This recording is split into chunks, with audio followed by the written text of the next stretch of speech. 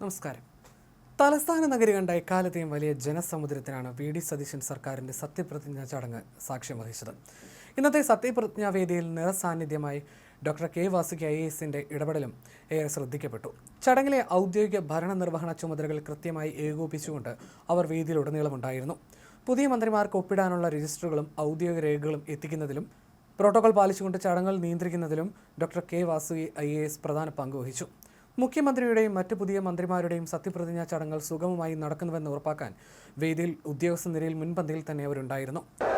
വടശ്ശേരി ദാമോദര മേനോൻ സതീശൻ എന്ന ഞാൻ നിയമം വഴി സ്ഥാപിതമായ ഭാരതത്തിൻ്റെ ഭരണഘടനയോട് നിർവ്യാജമായ വിശ്വസ്തതയും കൂറും പുലർത്തുമെന്നും ഞാൻ ഭാരതത്തിൻ്റെ പരമാധികാരവും അഖണ്ഡതയും നിലനിർത്തുമെന്നും ഞാൻ കേരള സംസ്ഥാനത്തെ മുഖ്യമന്ത്രി എന്ന നിലയിലുള്ള എൻ്റെ കർത്തവ്യങ്ങൾ വിശ്വസ്തയോടും മനസാക്ഷിയെ മുൻനിർത്തിയും നിർവഹിക്കുമെന്നും ഭരണഘടനയും നിയമവും അനുസരിച്ച് ഭീതിയോ പക്ഷപാതമോ പ്രീതിയോ വിദ്വേഷമോ കൂടാതെ എല്ലാ തരത്തിലുള്ള ജനങ്ങൾക്കും നീതി ചെയ്യുമെന്നും ദൈവത്തിൻ്റെ നാമത്തിൽ സത്യം ചെയ്യും.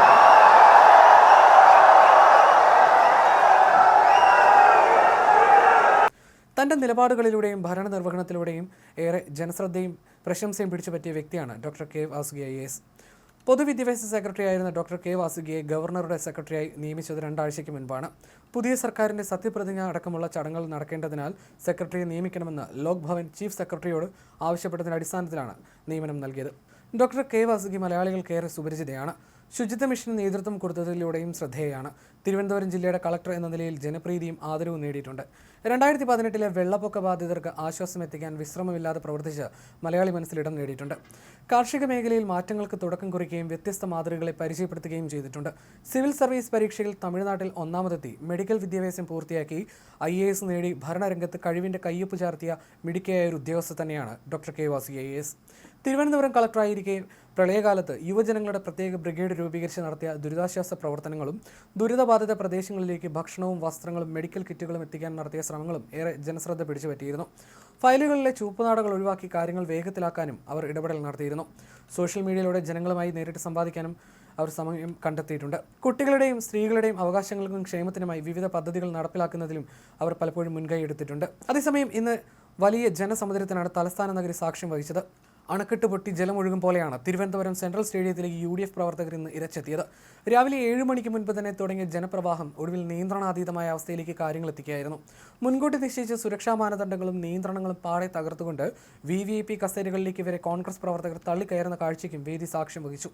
തുടക്കത്തിൽ പാസുകൾ കർശനമാക്കിയിരുന്നുവെങ്കിലും ജനസാഗരത്തിന് മുന്നിൽ പോലീസിന്റെ ബാരിക്കേഡുകൾ നിഷ്പ്രഭമായി മാറി.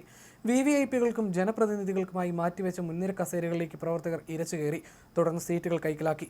AICC ജനറൽ സെക്രട്ടറി ദീപാദാസ് മുൻഷിയുടെ പേര് പതിപ്പിച്ച കസേരയിലെ പേപ്പർ കീറിക്കളഞ്ഞ സീറ്റ് ഉറപ്പിക്കുന്ന കോൺഗ്രസ് പ്രവർത്തകന്റെ ദൃശ്യങ്ങൾ സാമൂഹ്യ മാധ്യമങ്ങളിൽ നിമിഷങ്ങൾക്കകമാണ് വൈറലായത്. സദസ്സ് മാത്രമല്ല, നിയുക്ത മുഖ്യമന്ത്രിയും മന്ത്രിമാരും ഇരിക്കേണ്ട പ്രധാന വേദിയിലേക്ക് വരെ അനിയന്ത്രിതമായി ആളുകൾ കയറിയത് ചടങ്ങിന്റെ സുഗമമായ നടത്തിപ്പിന് നേരിയ കല്ലുകടിയായി.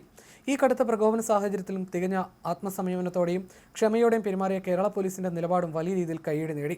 പ്രവർത്തകരുമായി പരമാവധി തർക്കങ്ങളിൽ ഏർപ്പെടാതെ നയതന്ത്രപരമായ ഇടപെടലുകളിലൂടെയാണ് പോലീസ് രംഗം ശാന്തമാക്കിയത്. ബലപ്രയോഗത്തിലേക്ക് കടന്നിരുന്നെങ്കിൽ സ്ഥിതിഗതികൾ കൂടുതൽ വഷളാകുമായിരുന്നു എന്ന ബോധ്യത്തിൽ പോലീസ് കാണിച്ച വിവേകമാണ് വലിയൊരു സുരക്ഷാ വീഴ്ച ഒഴിവാക്കിയത്.